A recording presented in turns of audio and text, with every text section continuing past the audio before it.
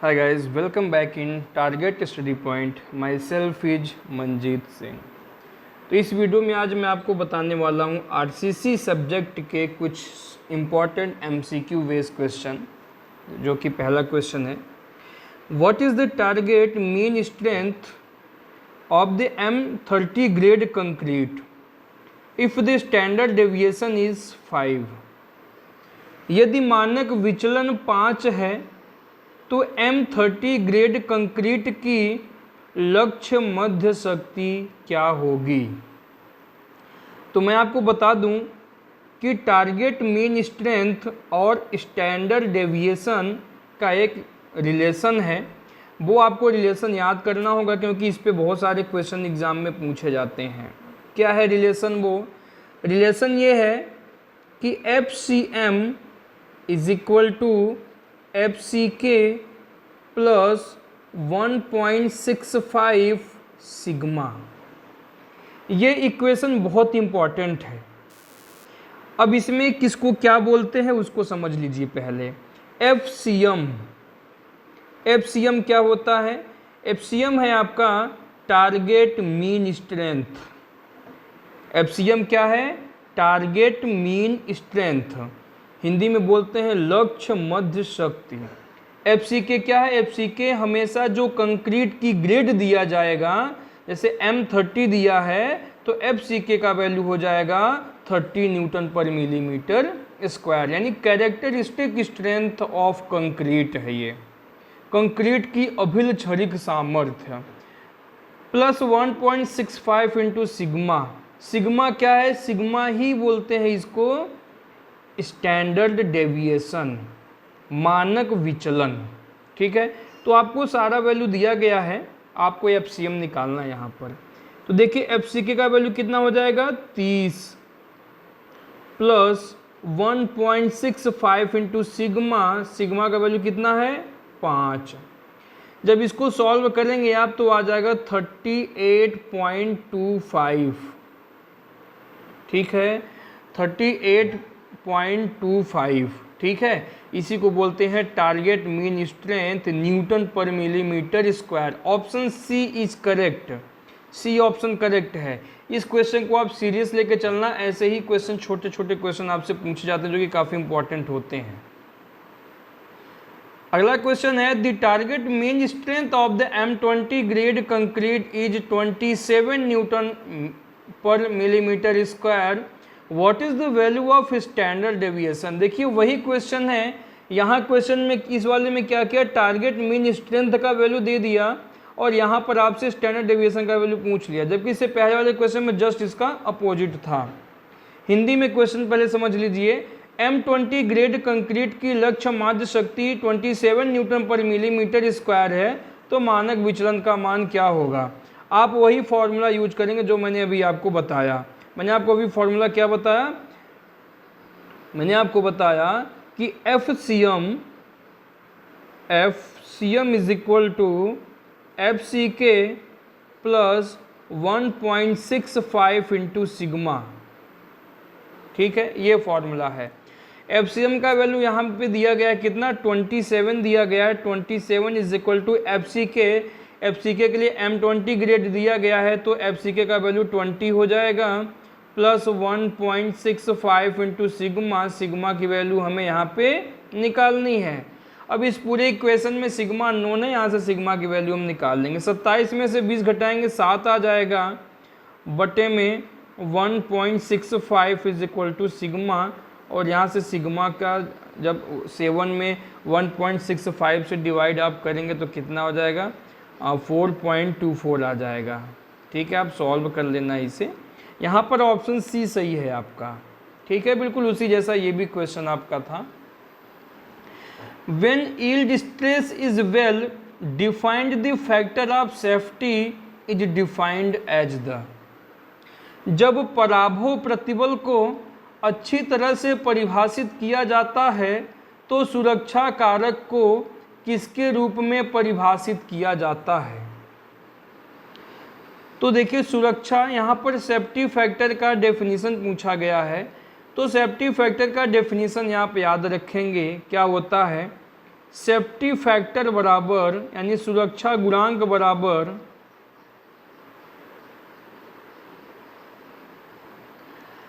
Yield stress upon में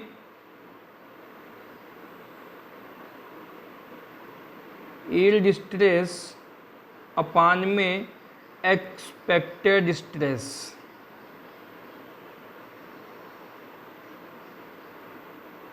ठीक है, ये फॉर्मूला होता है सुरक्षा गुणांक बराबर होता है पराभव प्रतिबल बटे में अधिकतम आपेक्षित प्रतिबल। इन दोनों का रेशियो ही कहलाता है सेफ्टी फैक्टर। तो ऑप्शन डी आपके सामने लिखा हुआ है, ratio of the yield stress to the maximum expected stress.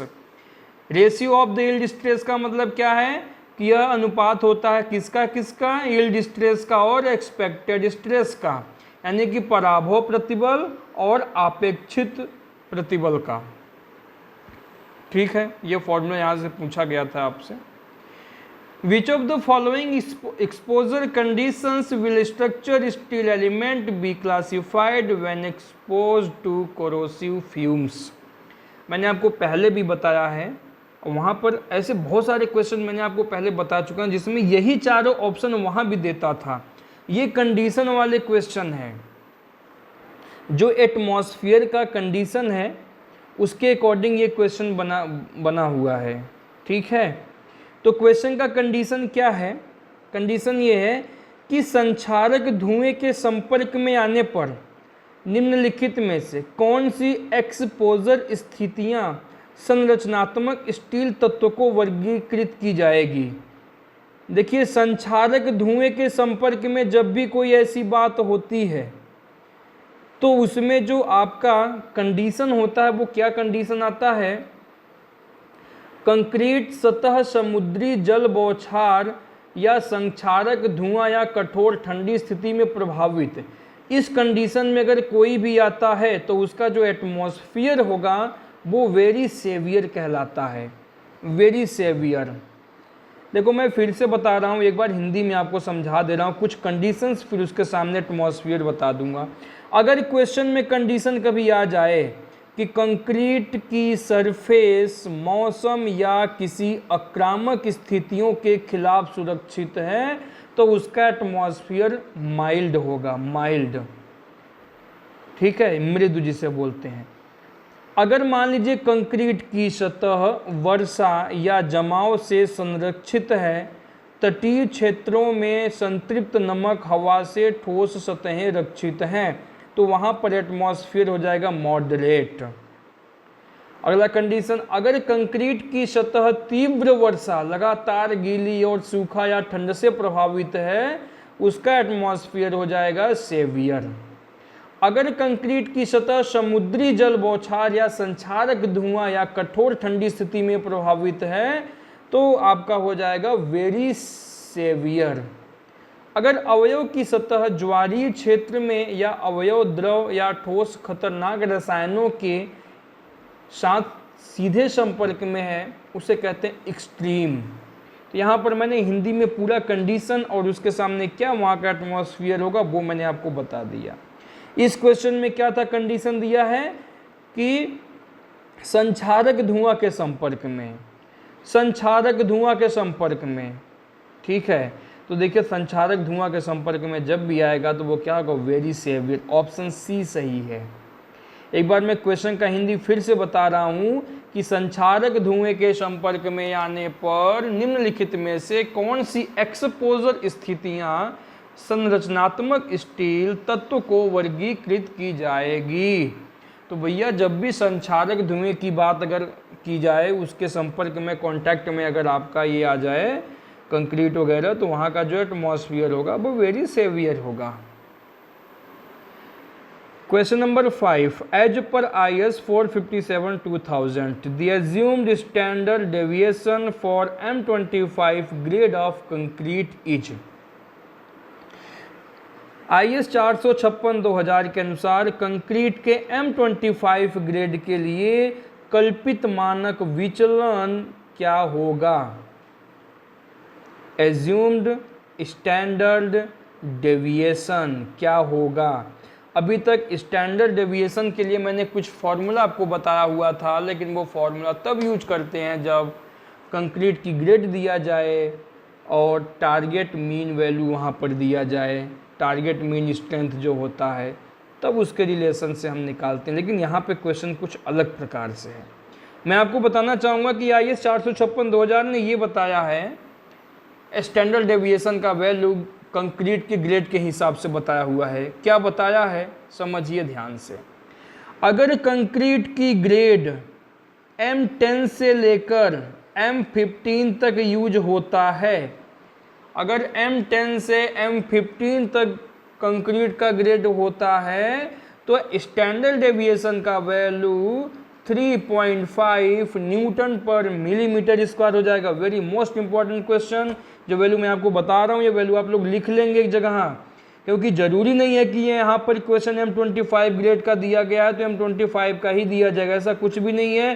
Concrete की ग्रेड कुछ भी बदल करके दिया जा सकता है। दूसरे मैं ग्रेड की बात करूं, अगर मान लीजिए M20 से लेकर के M25 तक है, M20 से लेके M25 की बात की जाए तो वहाँ पर जो स्टैंडर्ड डेविएशन का वैल्यू होगा वो 4 न्यूटन पर मिलीमीटर स्क्वायर होगा। 4 न्यूटन पर मिलीमीटर स्क्वायर। अगर मान लीजिए कंक्रीट की ग्रेड M30 से लेके M50 तक यूज किया गया है, तब स्टैंडर्ड डेविएशन का value 5 Newton per millimetre square होगा। बट यहाँ पर आपको जो क्वेश्चन दिया है, इस क्वेश्चन में M25 ग्रेड ऑफ कंक्रीट का डेविएशन पूछा गया है। तो M25 के लिए मैंने आपको बताया, सेकेंड वाले लाइन में देखिए कि यदि M20 से लेके M25 तक का यूज किया जाएगा तो standard deviation 4 Newton per millimetre square हो जाएगा। Option A is correct. For M20 grade of concrete modular ratio would be. Modular ratio पूछा गया है। देखिए मॉड्यूलर रेशियो का फॉर्मूला मैंने आपको पहले भी बताया, जब भी क्वेश्चन पूछा जाएगा तो कैसे निकालेंगे। मॉड्यूलर रेशियो बराबर होता है 280 बटे में 3 सिग्मा CBC। ये फॉर्मूला होता है 280 बटे 3 सिग्मा CBC। 280 बटे 3 और सिग्मा CBC का वैल्यू कितना है। देखिए M20 के लिए सिग्मा CBC का वैल्यू होता है 7। ये आपको याद रखनी है। सिग्मा CBC का वैल्यू कितना है 7, M20 के लिए होता है। क्यों होता है जस्ट मैं अभी आपको बता दे रहा हूँ। जब इसको आप सॉल्व करेंगे ना तो 13.33 आ जाएगा, जिसमें ऑप्शन ए सही है। अब सिग्मा CBC का वैल्यू मैंने कैसे निकाला वो थोड़ा सा देख लीजिए, ठीक है। इसको देख लीजिए सिग्मा CBC का वैल्यू कैसे निकालेंगे। तो सिग्मा CBC का देखो फॉर्मूला क्या होता है। सिग्मा CBC बराबर होता है FCK बटे में 3। FCK क्या होता है, M20 ग्रेड के लिए 20 हो जाएगा FCK का वैल्यू बटे में 3, तो 6.66 आ जाएगा यहाँ पे। तो 6.66 होने की वजह से हम इसको 7 मान के चलते हैं, ठीक है। ऐसे निकलता है सिग्मा CBC का value. Evaluate the tensile strength of concrete of grade M40। बहुत ही अच्छा क्वेश्चन है, आपसे पूछा गया है कि टेंसाइल स्ट्रेंथ कैसे निकालते हैं। टेंसाइल स्ट्रेंथ कैसे निकालते हैं, क्वेश्चन ये है। तो देखो भाई मैंने आपको पहले भी बताया है कि टेंसाइल स्ट्रेंथ का एक सिंपल सा छोटी सी फॉर्मूला होता है। क्या होता है, टेंसाइल स्ट्रेंथ को FCR से डिनोट किया जाता है। FCR बराबर होता है 0.7 √FCK। यहाँ पर FCK का वैल्यू रख दीजिए। FCK का वैल्यू कितना है 40। इसे सॉल्व करेंगे, देखो सॉल्व करना भाई आपको आना चाहिए। 4.42 न्यूटन पर मिलीमीटर स्क्वायर हो जाएगा। ऑप्शन ए सही है। For structural purpose the minimum grade of concrete as per the code is. Question ये कह रहा है कि संरचनागत उद्देश्य के लिए संहिता के अनुसार कंक्रीट की न्यूनतम ग्रेड कितनी होती है। कंक्रीट की न्यूनतम ग्रेड कितनी हो, देखो स्ट्रक्चरल के लिए बोला है, इसका मतलब आरसीसी यूज किया जाएगा। तो आरसीसी के लिए मिनिमम ग्रेड कितना लेके चलते हैं, आरसीसी के लिए मिनिमम ग्रेड लेके चलते हैं M20। ये बात बताई गई थी IS कोड 856/2000 में कि M20 ग्रेड के कंक्रीट से नीचे कोई भी ग्रेड यूज नहीं करना चाहिए आरसीसी में। इससे पहले IS 456/1978 ने बताया था कि M15 minimum grade of concrete used in RCC purpose, IS code 456/1978 में बताया था। ठीक है, तो मैंने आपको दोनों ही पॉइंट बता दिया। तो आज के समय में IS 456/2000 ने ये बोला है कि भाई M20 के नीचे का ग्रेड आप यूज नहीं करेंगे आरसीसी में। M20 का मतलब होता है जिसका रेशियो 1:3 का होता है, 1 भाग सीमेंट, 1.5 भाग बालू, 3 भाग कोर्स एग्रीगेट।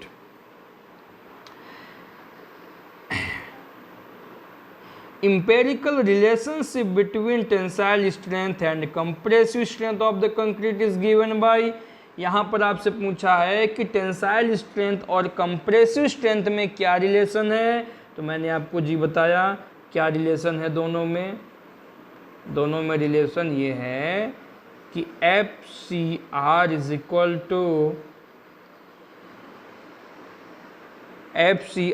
इक्वल टू क्या होता है 0.7 √FC_K। देखो इस टाइप का इक्वेशन कहीं आपको दिया गया है। पहले ऑप्शन की बात करें तो टेंसाइल स्ट्रेंथ बराबर 0.47 × FC_K, गलत है। सेकंड की बात करें FC_K बराबर 0.47 × टेंसाइल स्ट्रेंथ, ये भी गलत है। तीसरा बात करें टेंसाइल स्ट्रेंथ बराबर K × कंप्रेसिव स्ट्रेंथ की पावर n, यहाँ पावर n मिट गया है, नहीं।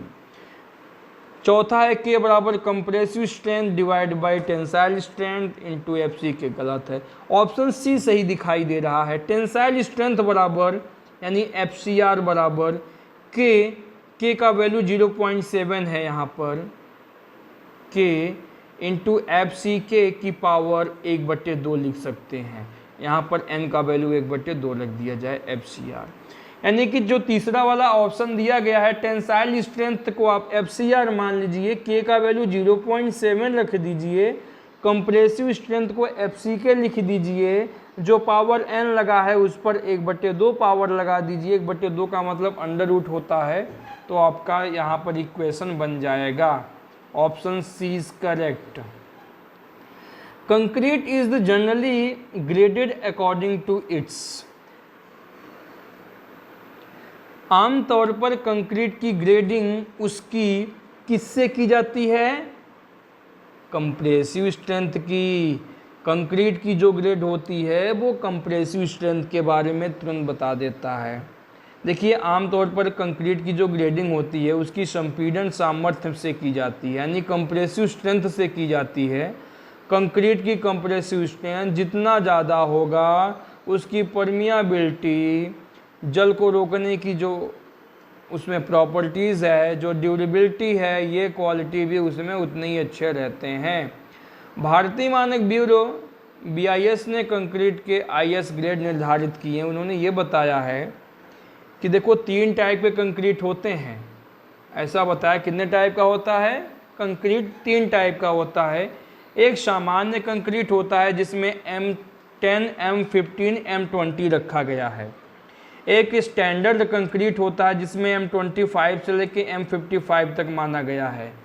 एक होता है हाई स्ट्रेंथ कंक्रीट जिसमें M60 से लेके M80 तक ग्रेड ऑफ कंक्रीट माना गया है। ठीक है, जहां M क्या होता है मिक्स, तथा जो उसमें आगे संख्या लिखी हुई होती है, जैसे M10 तो 10 क्या है, 15 क्या है, 20 क्या है।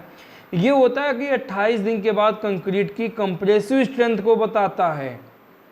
ठीक है, तो कंक्रीट की ग्रेड कंक्रीट की कंप्रेसिव स्ट्रेंथ बताती है। What is the Poisson's ratio for normal concrete of strength, design and serviceability criteria respectively? अच्छा क्वेश्चन है। क्वेश्चन का मतलब ये है कि क्रमशः मजबूत अभिकल्पन और सेवा योग्यता मानदंड के सामान्य कंक्रीट के पॉइजन अनुपात क्या होंगे।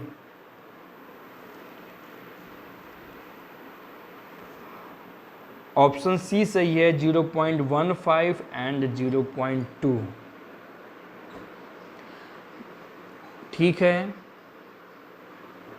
जो आपका मजबूत डिजाइन तथा सेवा योग्य मानदंड के समय कंक्रीट का जो पॉइजन अनुपात होता है 0.15 और 0.2 लिया जाता है। A components of an ocean energy, फिर वही कंडीशन वाला क्वेश्चन आपके सामने यहाँ पड़ा है। A component of an ocean energy is to be constructed using reinforced cement concrete, which of the following will be considered as the exposure for designing the structure? Hindi इसका मतलब है एक समुद्री तरंग ऊर्जा ब्रैकेट में ज्वारीय ऊर्जा के एक घटक का निर्माण प्रबलित सीमेंट कंक्रीट का उपयोग करके किया जाता है। स्ट्रक्चर का कंस्ट्रक्शन करने के लिए निम्नलिखित में से कौन सी स्थिति माना जाएगा? तो एक्सट्रीम माना जाएगा। क्या माना जाएगा? एक्सट्रीम। ऑप्शन बी सही। अभी मैंने सारे आपको कंडीशन और उसके सामने एटमॉस्फेयर क्या रहेगा वो बता दिया था। Give the full form of RBLK, याद रखेंगे, reinforced brick lime concrete. In how many types in RCC be classified into?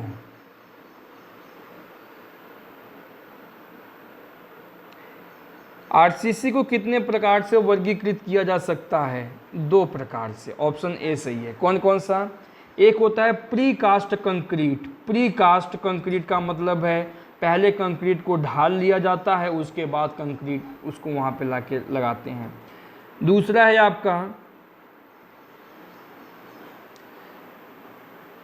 Concrete costing in field. Field में ही जो कॉस्टिंग किया जाता है, साइड पे ही, ऑन द स्पॉट, उसी समय बनते समय ही। The estimated value of the elastic modulus of concrete of M65 grade as per IS 456 would be approximately. Question का मतलब पहले समझिए कि IS कोड 456 के अनुसार M65 ग्रेड कंक्रीट का प्रत्यास्थता मापांक का मान लगभग कितना मापा जाता है। आपको यहाँ से मॉडुलस ऑफ इलास्टिसिटी पूछा गया है, मापांक अनुपात पूछा गया है। बहुत ही सिंपल सा क्वेश्चन है। मापांक अनुपात का एक फॉर्मूला याद कर लीजिए, जब भी पूछा जाएगा तो आप बता देंगे। EC बराबर होता है 5000 √FC के। 5000 रूट में FC का वैल्यू कितना है? M65, तो यहाँ पे वैल्यू कितना रख देंगे? 65। इसे जब आप सॉल्व करेंगे तो कितना हो जाएगा? सॉल्व करने पर हो जाएगा 40.310 न्यूटन पर मिलीमीटर स्क्वायर। यही आंसर आपका सही है। चलिए, उम्मीद करता हूँ कि आपको ये क्वेश्चन अच्छे से समझ में आ गया होगा। कोई कन्फ्यूजन होगा तो आप कमेंट बॉक्स में लिख सकते हैं। अगर आपको अच्छा लगा तो आप इस वीडियो का जो है लाइक कीजिए, इसे ज़्यादा से ज़्यादा शेयर कीजिए और अच्छा कमेंट भी कीजिए। फिर मिलता हूँ मैं नेक्स्ट वीडियो में। धन्यवाद।